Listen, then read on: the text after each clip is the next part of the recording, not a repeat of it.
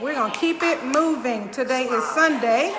You are joining Dr. Barbara Swinney, your life and holistic leadership coach, inspiring transformational thinking, living, and leading. After all, the very essence of holistic leadership is self-leadership, because you cannot effectively lead others until you're able to lead yourself.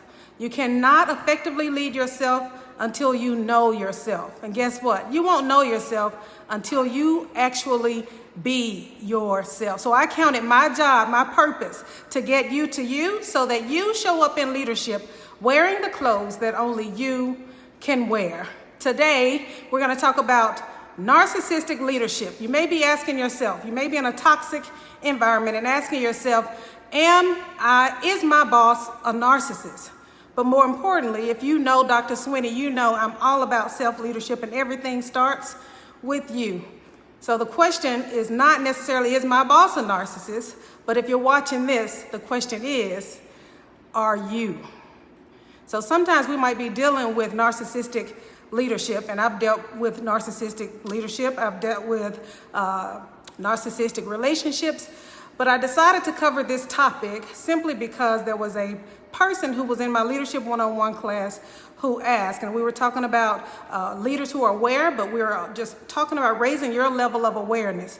And we talked about people who are unaware, people who are basically narcissists, and how to deal with those people. So it prompted me to look at narcissistic leadership. And frankly, a few years ago, I came home. I was so distraught and in such what I felt like was a toxic environment. I came home and I Googled, is my boss a sociopath? I just skipped over narcissism and went straight to sociopathological behavior, because that's what I felt like I was dealing with. But as I started reading the information, I did back it down a little bit and went to narcissism. What I learned was, yes, I found characteristics of narcissism that was present in my supervisor. However, I also began to identify it in other people. And I was thinking, oh my gosh, it's everywhere. It's all around.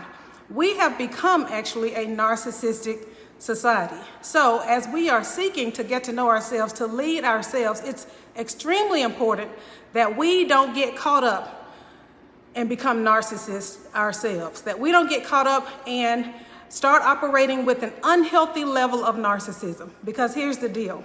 We all operate with some level of narcissism. Narcissism is just the ego. It is that need for attention. It is that wanting the validation. And I am confident in saying that if you're saying you've never needed the attention of anybody, I would venture to say that you're probably not being honest with yourself. It doesn't matter if you're honest with me or anybody else. What matters is that you're honest with yourself. So we're going to talk today just a little bit about narcissism and narcissistic leadership. Now, you may see some narcissistic traits in people, over-focused on themselves and all of that, but if it's not a pattern, and this is just not who they are, you see it creep up every now and again. You might see it creep up in competition. You may feel it come up in yourself, where your ego, I gotta know what the answer is. She better tell me the answer. I'm in this position, so she needs to basically bow to me because I'm the leader. That is very well your ego. However, if you are suffering, and I am not a psychologist, however, after studying this, I have considered going back to get a degree or some kind of certification in psychology or behavior analysis or something, because this work fascinates me. So if you take a close look at yourself and how you operate, and then also how the other people operate. In the class when we were talking about people who are aware as opposed to people who are unaware or have an extreme level of unawareness, you might figure out that you're a unicorn leading a bunch of horses. And how do you get a horse to grow a horn if it's just not in them to grow? And that's when you have to, again, take the focus off people outside of you, take the focus off what's going on outside of you, and really start to examine who you are as a leader. So I'm going to give you 5 tips to identifying a narcissistic leader or somebody who operates with a high level of narcissism. Again, if they have a narcissistic personality disorder, that's different from just operating out of your ego. That's different from being led by your ego. That's the difference between somebody who's just regular, who just, your ego pops up every now and again and you can put it in check, as opposed to somebody who leads with the ego, and the ego is a part of their decision-making process. The ego impacts how they hire. The ego impacts who they have around them and how they think about themselves and the organization that they lead. So again, we all operate with some level of narcissism. However, an unhealthy level of narcissism is when the ego is actually doing the leading and the thinking of the person. So here is the first tip.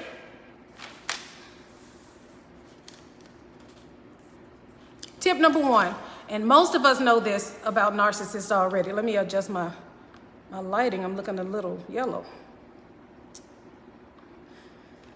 Most of us know this about narcissists, or people who operate with a high level of narcissism.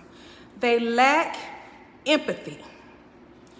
They don't have the capacity, guys. It's not that they don't want to. It's not that they can't mirror your behavior or mimic what other people are doing. Long term, they don't have the capacity to feel what other people are feeling. They lack empathy.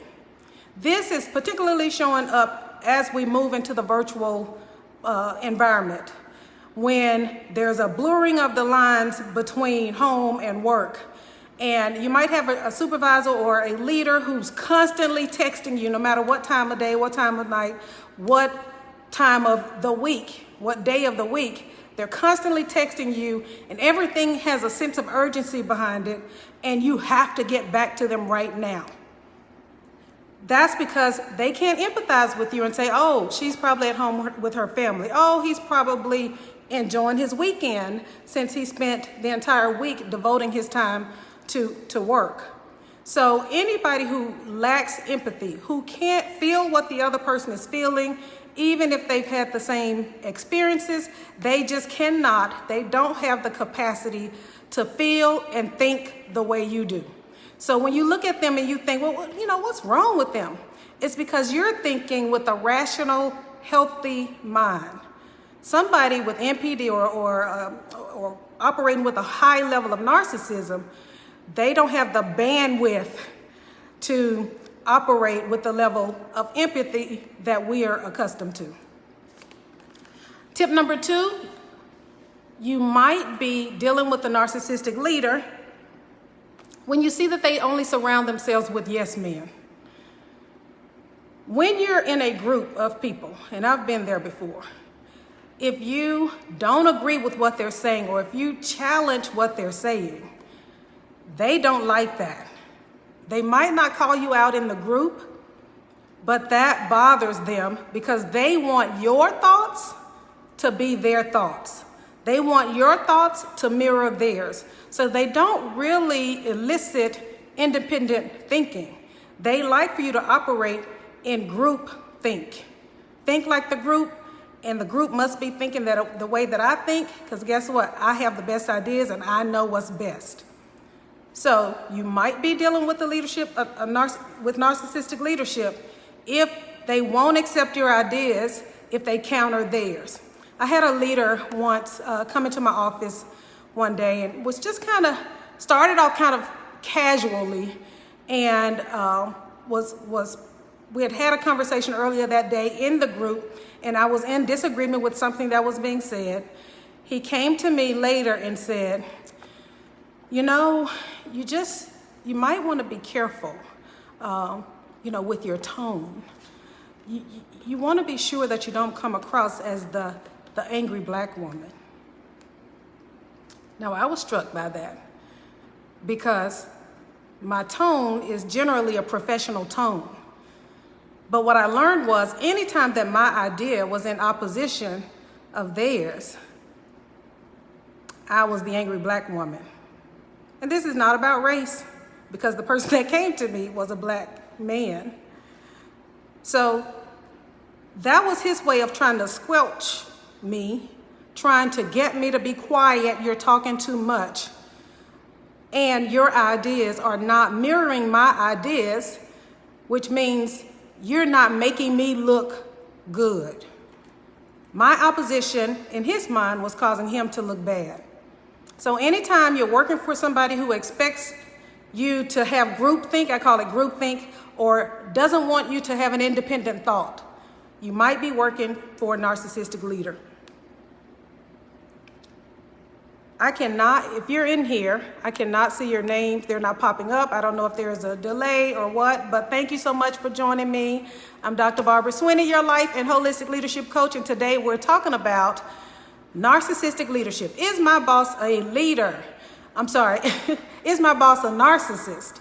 And just to recap just a little bit, I talked about how we were in my Leadership 101 class over the past week, and we were talking about leaders who were aware and leaders who were unaware. And one of the ladies asked, well, how do you work with people who are unaware, particularly when it's your boss or your supervisor? So I thought I'd come on and give you some insight into what you may be dealing with. If you're dealing with somebody who operates with a high level of narcissism, then you're dealing with somebody on a whole different level. So they're not going to think like you. We all operate with some level of narcissism, because narcissism is simply how your ego shows up.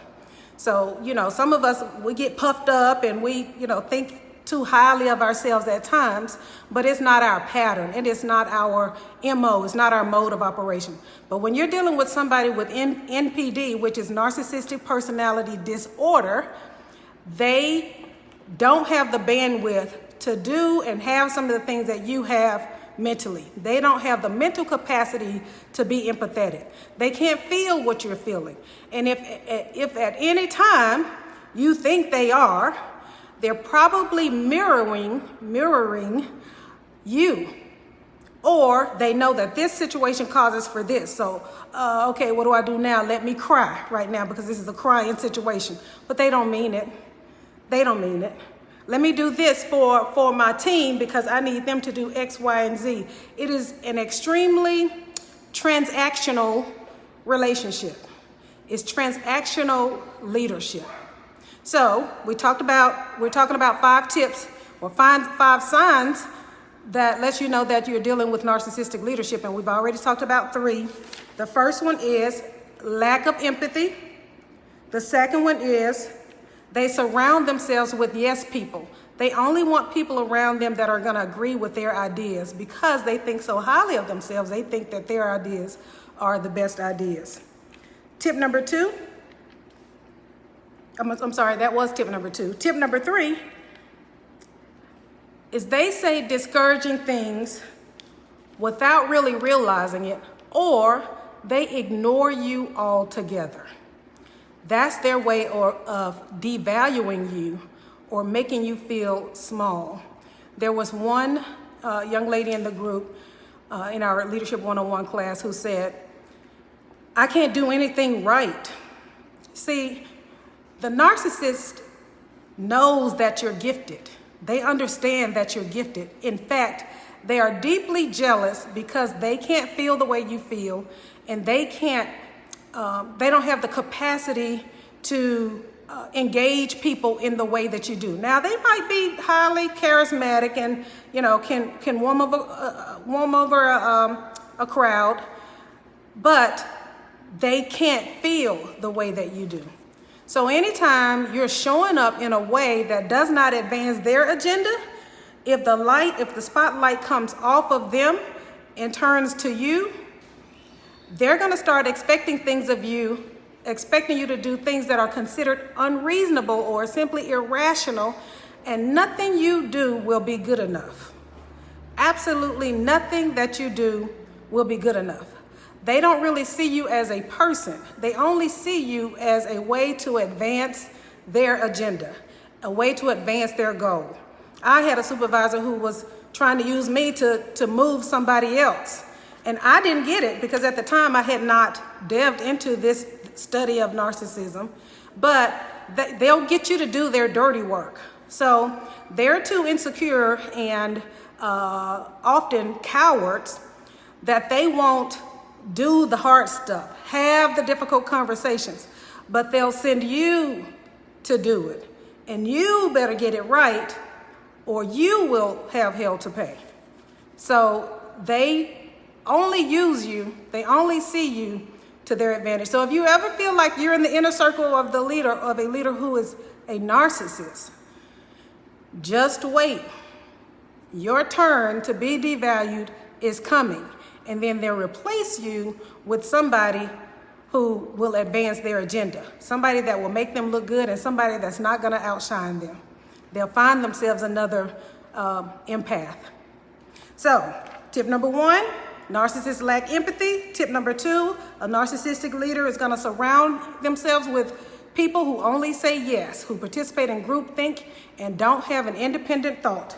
Tip number 3, they say discouraging things or ignore you altogether.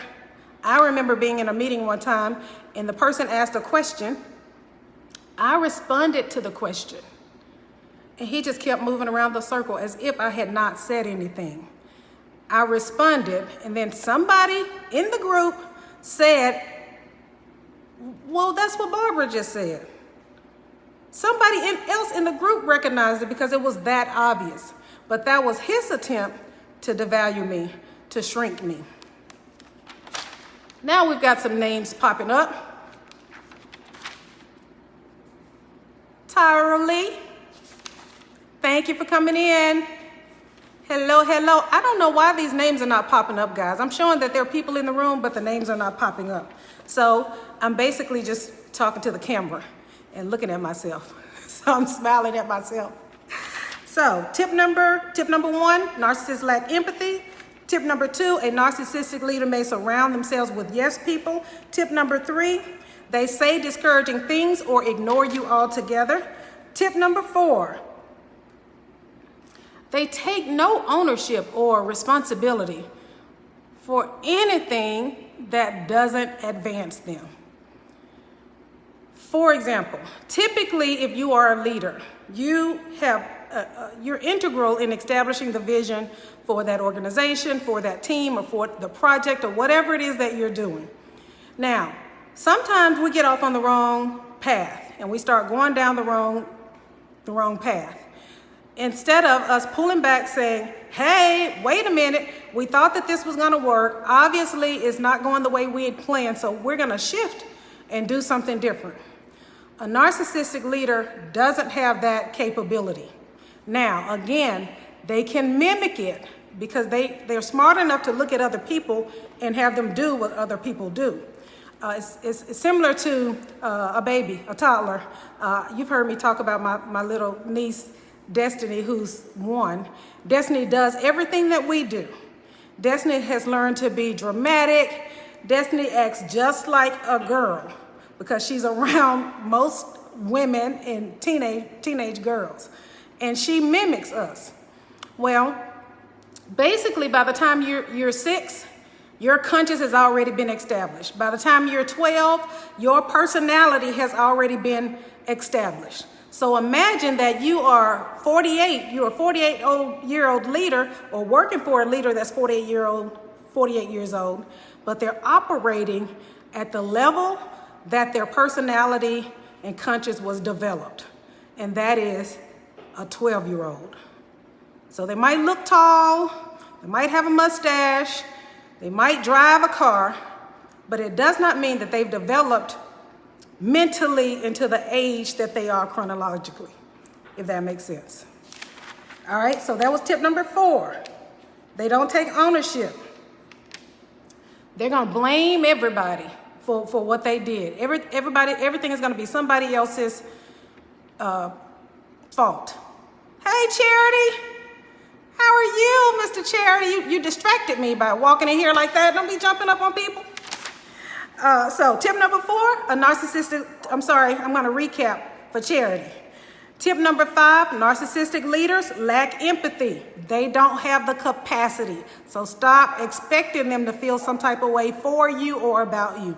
They don't. They might act like it, but they don't. Tip number 2, a narcissistic leader surrounds themselves with yes men. They like group think. They don't like independent thinkers unless it's advancing their agenda. Tip number 3, they say discouraging things without knowing it to you, or they ignore you altogether.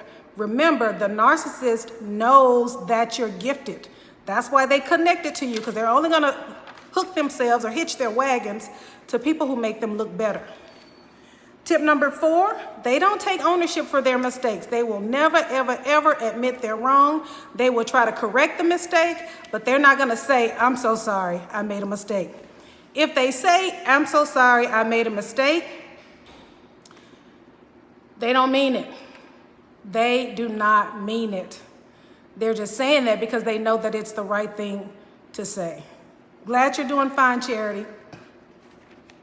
And number 5, they're extremely competitive and they have an empire mentality, meaning that they will say things like, you're not going to find another place like this. I promise you. You might find another school, but you're not going to find another whatever the school is. They might say they want to be the biggest, best, and baddest at everything. They want to be the first at everything. They have an empire mentality. They want us to be the end all and the be all. I don't know if that's right, but you guys know what I mean. They want to be the thing, the person that is sought for a particular problem or for a particular thing. But it's not real. It's only for the purpose of attention. Now, these traits may show up when you think about narcissistic people. We think that, they're all charismatic and all of that, but they're also kind of woe is me people. So it's not about the level of energy that they may come with. It really is about getting the attention and getting the validation. I always say that low self-esteem and arrogance both come from the same place. It all comes from an over-focus on you. Oh, they're talking about me. Nobody's thinking about you that way. Nobody's thinking that deeply about you.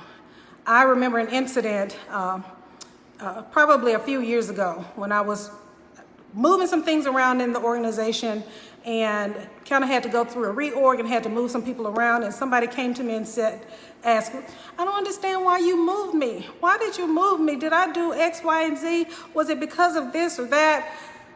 And I said to her, you're thinking too highly of yourself.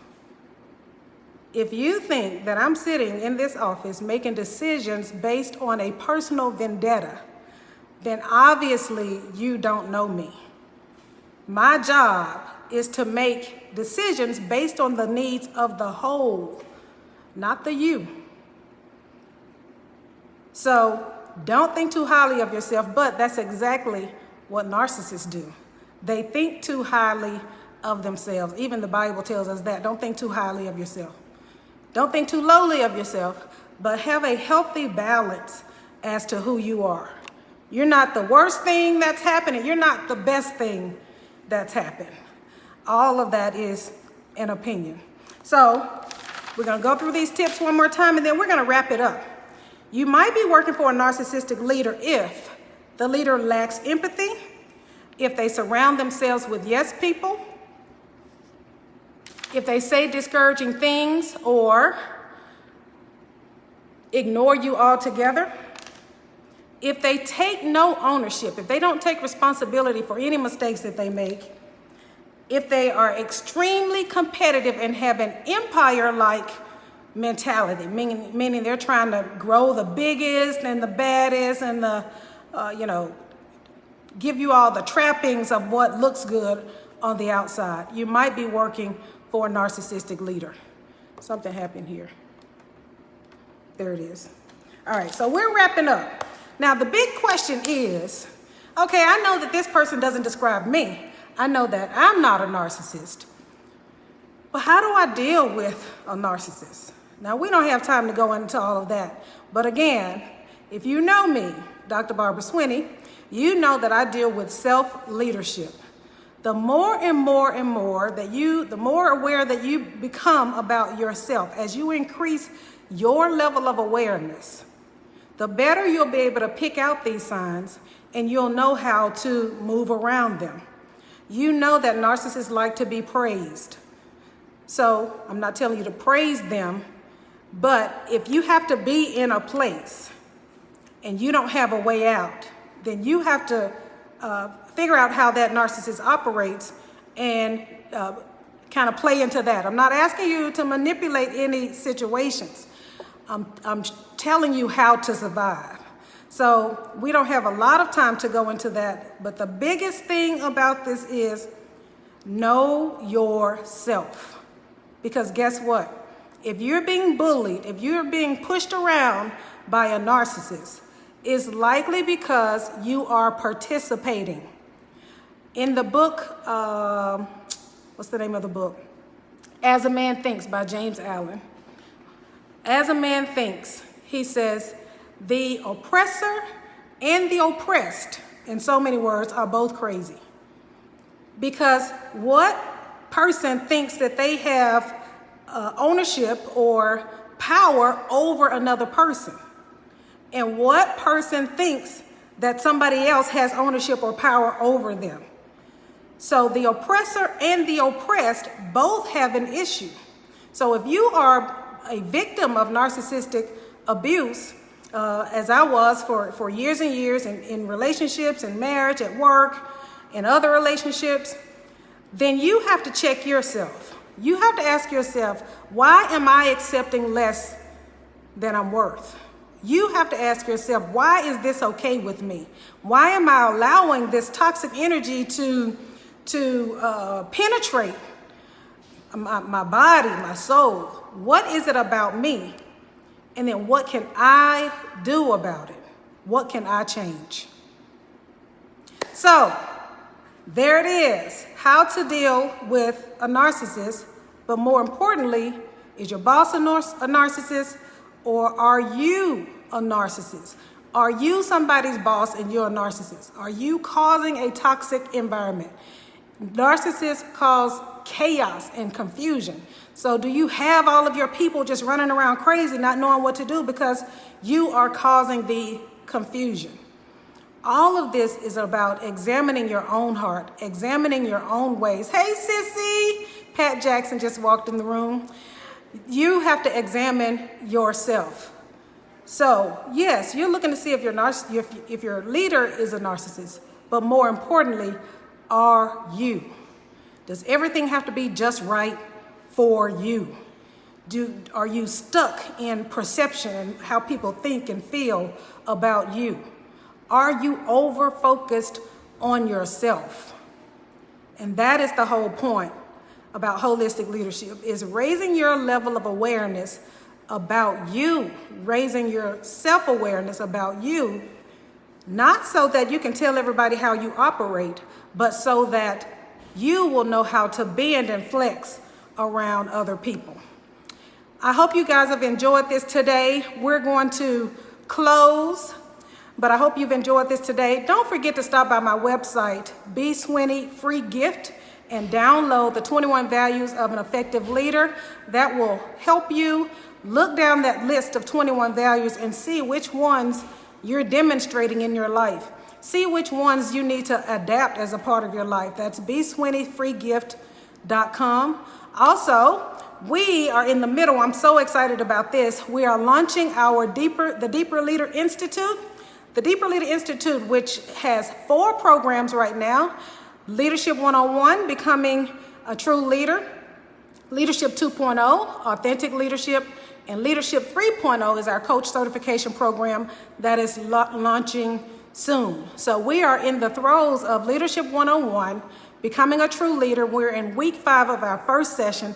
The program will reopen on October 3rd. So go to barbaraswinneyinc.com and sign up your team. Sign yourself up.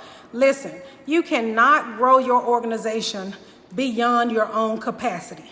That means if you're the leader, you have to continue growing yourself. And leadership is not about the doing parts. What we deal with at the Deeper Leader Institute are the being parts of leadership. Who are you really? And how are you operating in your day-to-day life as a leader? Because you are always leading, even if it's just yourself. I'm Dr. Barbara Swinney, your life and holistic leadership coach, inspiring transformational thinking, living, and leading. Yes, I believe that it is my job. I believe that I was prepared for such a time as this to inspire transformational thinking, living, and leading, to help you get to the bottom of you so that you can walk in leadership wearing the clothes that only you can wear. Thank you so much for joining us today. If I missed any of your names, thank you so much for coming in, because I see that people are in the room, but I cannot see your names for some reason. So thank you so much. Love you, and we will see you next Sunday. Bye-bye.